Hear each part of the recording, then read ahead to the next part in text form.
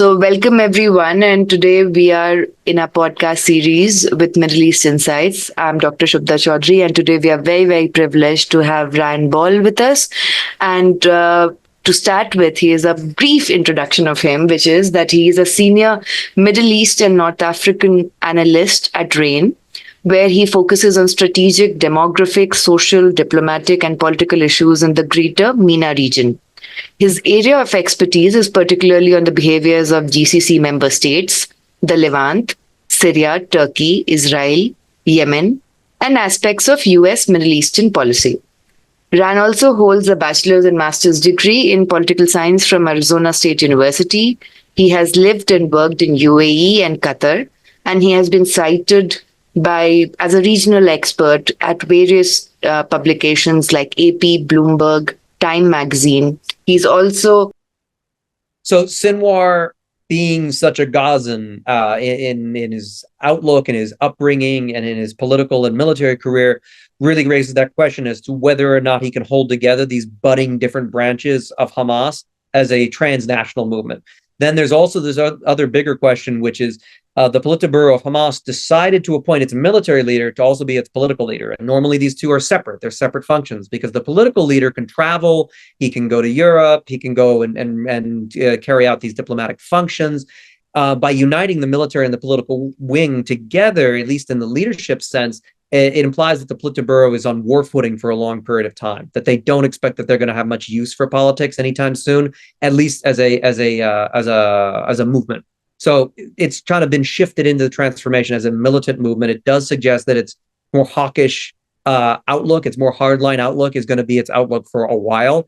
That again doesn't preclude a ceasefire, because a ceasefire and a one that results in Israel eventually pulling out of the Gaza Strip is a huge victory for Hamas. So they'll continue to pursue that. But I think as long as Sinwar is alive and in charge of Hamas, the group will continue to carry out attacks on Israel wherever it can.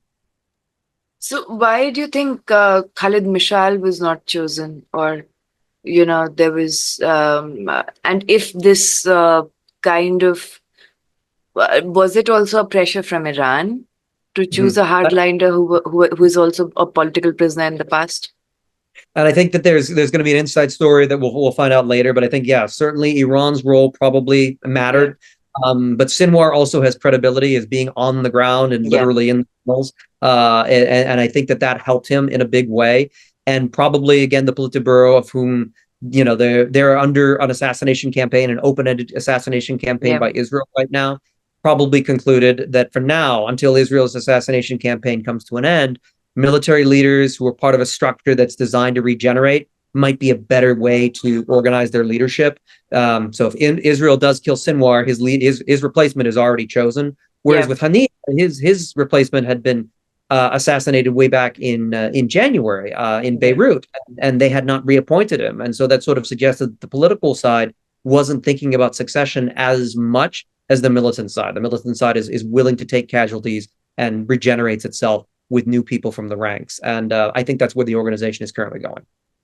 So with all this retaliation talks going on, and with Trump also predicting on Monday that Iran is going to attack, and the attack never came, that was my cue that it's not going to come if Trump has said now.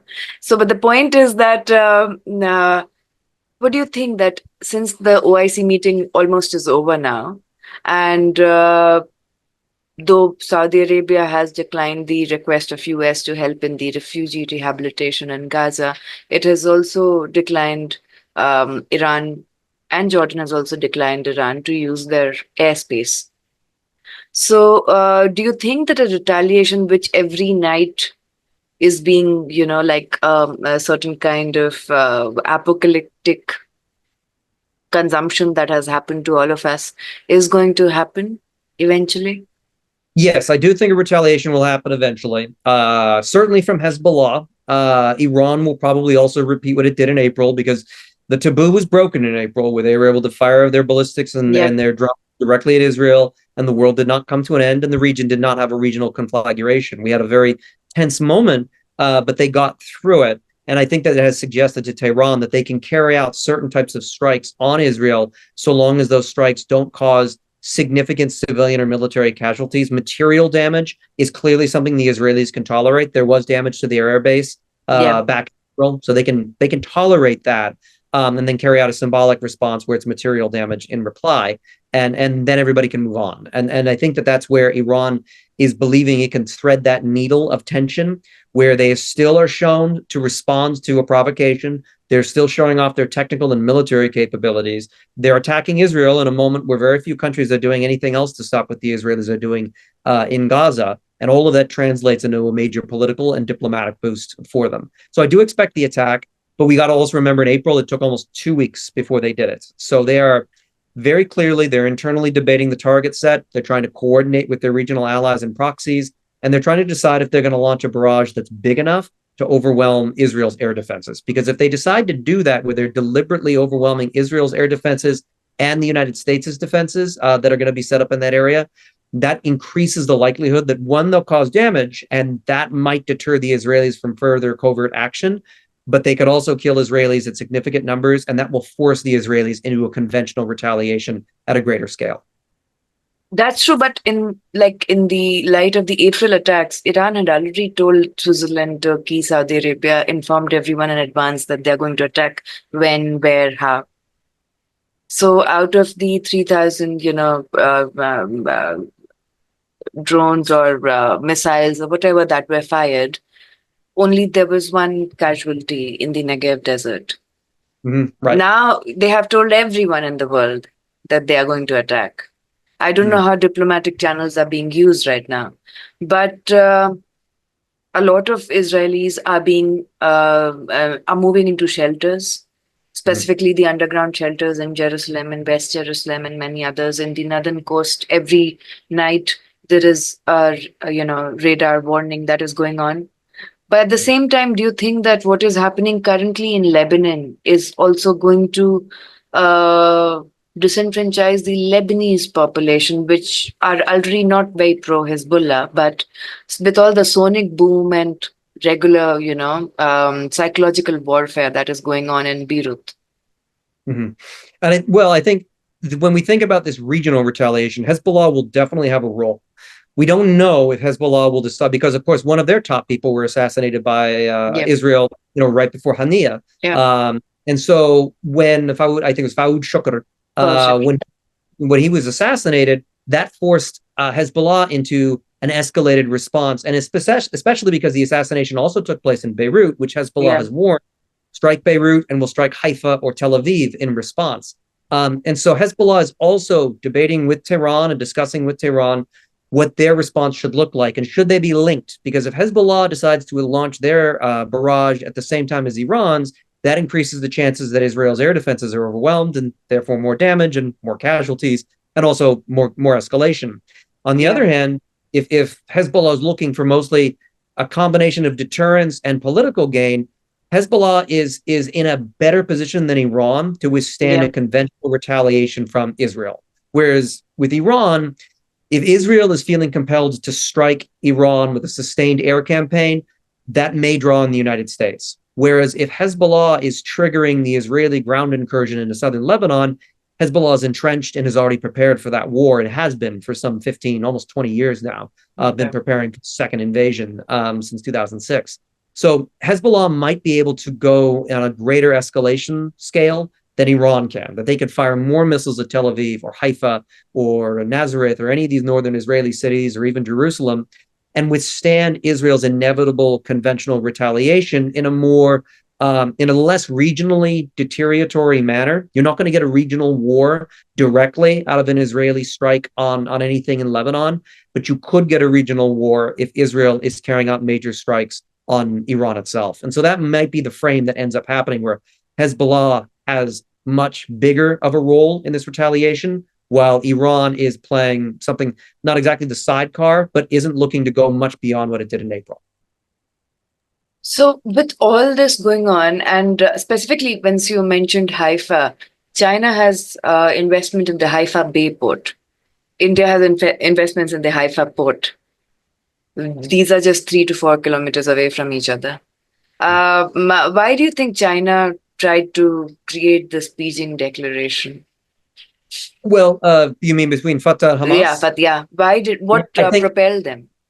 I think Fatah and Hamas were in a position where both of them kind of needed each other, and they needed a venue to do so, and a venue in which they could do a starting of a progress on reconciliation, where it would send a really strong message to Europe, to the United States. The best venue was probably China, because that was both. It was, if you'd gone to Russia, which we know they've had meetings in Russia as well. If you'd gone to Russia, that would have looked, because of the Ukraine war, directly anti-Western. Whereas with China, the signal is being sent, it's not directly anti-Western, it's an alternative to the West. And I think that's why they chose to do so within China, is saying that if you can't solve the problems within this region, China is increasingly willing to step in to do so. Now, China very notably wasn't offering anything to either faction to get their behavior to change. They weren't offering money. They weren't offering arms. They were just giving a venue for reconciliation and taking the good PR. So China's still not in that place where it's trying to play a great power role directly in the Middle East to shape events yet, but it's stepping slowly there. And I'm sure Hamas and Fatah both wanted to have that message sent to Washington so that they could maybe get Washington to consider stepping back into its older role of being more of an honest broker rather than so stridently pro-Israel. Do you think that coming back to US, whatever the far right crisis that UK is right now witnessing, a model of that is possible in US too? Probably not as much, in part because of the way the country is laid out. If our largest immigrant populations tend to be in bigger cities like Houston and New York and Philadelphia and Los Angeles, those are areas where America's far right is quite weak. America's far right tends to have more strength in either whiter areas like the Midwest, like Michigan and Wisconsin and places like that, or they tend to be very rural. So they're far away from these major cities. There's a lot of far right folks in Texas. My wife and I, we just got out of living in Texas for 6 years. The far right is right there as soon as you leave a city. But they tend not to go into the cities. And so what happened in Britain is that far right people who happen to be living in these towns and cities and have refugees living in those towns and cities had ample targets to get inflamed in that way. But every single time a migrant or an immigrant here in the United States is involved in a crime, right-wing media picks it up and amplifies it and tries to make it as explosive of a topic as possible. But that level of violence is structurally more difficult here because the folks just don't live side by side, generally speaking. So my last question, sir, is that what do you predict would immediately happen if Hezbollah attacks Israel, apart from the military, material, and civilian conflicts that might happen? If Hezbollah decides to cross, so to speak, these red lines that everybody keeps talking about, everyone's making these up in the moment, but it is clear what Israel's red lines are probably, which is that if there are a number of Israeli troops or civilians that are killed by this barrage, Israel will feel compelled to carry out some ground incursions into southern Lebanon. And a ground incursion is going to make it a definitional difference between an invasion and a ground incursion. An invasion is what they did in 1982, where they sent over division-sized forces with large formations, and they were doing the drive to Beirut. Israel is unlikely to do that this time because that's not really their war goals, and they also don't really have a very good victory plan for that. You can't blitz your way through southern Lebanon now because Hezbollah has spent 20 years fortifying it. They've already been at war in Gaza for 8 or 9 months, and the armored brigades were useful for very specific missions.